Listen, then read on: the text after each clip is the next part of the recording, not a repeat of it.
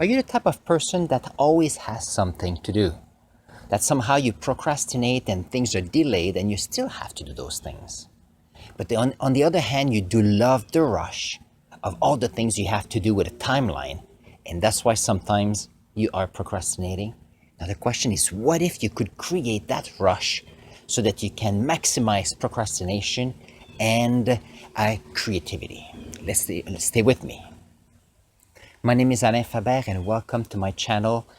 On this channel, I'm focusing on how learning and learning new skills can help you create a better life and create a better world. Today, we're going to see how we can create the condition for a procrastinator to get things done. Let's see what they are. I remember at the university, when I finished high school, the funny thing is I could do everything during class time. And I realized at some point that when I got to university for the first month or so, I realized that everybody gave us homework and essays and lab reports to do, but they all were due in the same week. Now, the tricky thing is when you're in high school and you could do everything without without the need of an agenda, that could be a difficulty. So what did I do? What I created was a timeline where I had 5 courses. Back then there was only 4 that I needed to do. So I had 4 courses with 4 papers. So what did I do?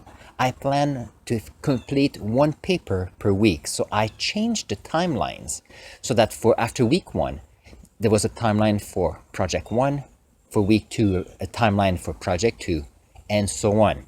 So what it was creating timelines and deadlines and creating a rush and a sense of urgency to complete the work. And you know what? It did work.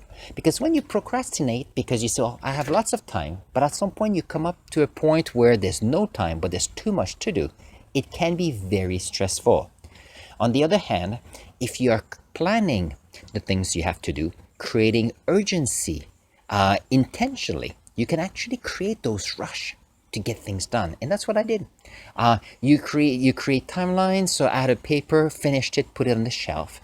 And when it was due, I just was going on the shelf and handing in what I had to do. And what it happened that I was able to procrastinate a little bit. I was able to create a rush to get busy. And that was beautiful. Now, what's interesting is when you are a teacher, it's a bit the same thing. So this is the beginning of the semester. We have a lot of things to do. And because of COVID this year, there's a lot of changes in plan. So you can feel, well, I have lots of time. You procrastinate, you watch a bit of Netflix. And what happened is you have less time to get ready. On the other hand, you could create small rushes saying, okay, I need to have this done by Saturday. I need to have this done by Sunday and so on. And you know what? I have to do that for cleaning. Because I hate cleaning. On the other hand, I do plan the fact that I have a deadline for cleaning. So I don't do cleaning when I have time. I don't do cleaning when I feel like it because I don't. However, I create the timeline to get it done. And that brings me to the 3 tips I have for you to maximize your procrastinating time, maximize time for creativity, and create a rush so that when you get it done, you have that feeling of being excited for what you have to do. My first tip is indeed the use of agenda. When you use your agenda, you can actually plan for you when the deadlines are, and you can change the deadlines.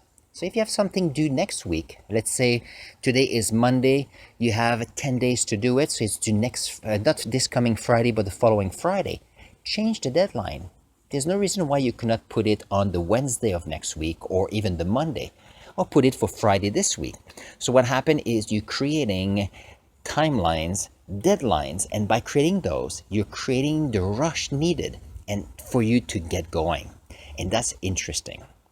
The second point is if you love to procrastinate, why don't you plan procrastination? I do that on weekends. Sometimes yesterday I did that actually. I had a lot of things to do and I planned 2 hours of procrastinating. I didn't do much. I went for a nice walk and I went on the couch and listened to a few YouTube videos. By planning the procrastinating, I enjoy the moment. And you know what? It still gave me time to do the things I needed to do to be ready for this coming week. The other part is for you to realize that when you are planning for deadlines, when you are planning for procrastination, you'll notice that you'll be able to create and do things faster. So if you are creating a deadline 2 days earlier, you're going to have 2 days afterwards. And here are the fun thing. Because as a third tip, that extra time you can use either to procrastinate or you can use 2 extra days to do more creative content. We always say we never have time. We don't have time because we procrastinate, we do all kind of things, it's not organized, and then we rush at the end, we get tired, some people are burnt out, and it's not helping.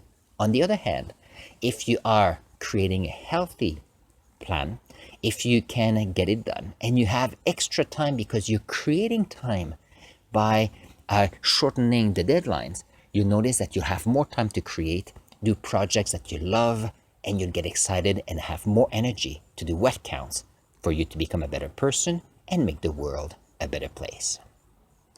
So my call to action for you today is to take your agenda today, and I want you to look at the deadline you have, and I want you to change the deadline closer to today.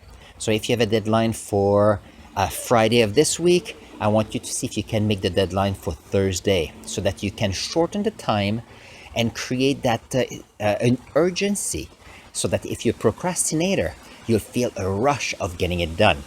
And if you can finish it, let's say for Thursday, you're gonna have a free day on Friday to work on projects that you really want. And I also want you in your agenda to plan a couple of hours of procrastinating, where there's a block of time where it's for you, no organization, just for you to lounge around and do what matters for you. And for some of you, it's procrastinating. For others, it's to read a good book because you don't have time to do so. For others, take care of yourself and go outside. On that note, I'm going to put a link to my video playlist, Best Life Journey, where you're going to learn and see that we can learn different skills to get better, to be able to be a better person and make the world a better place. I'll see you in the next video.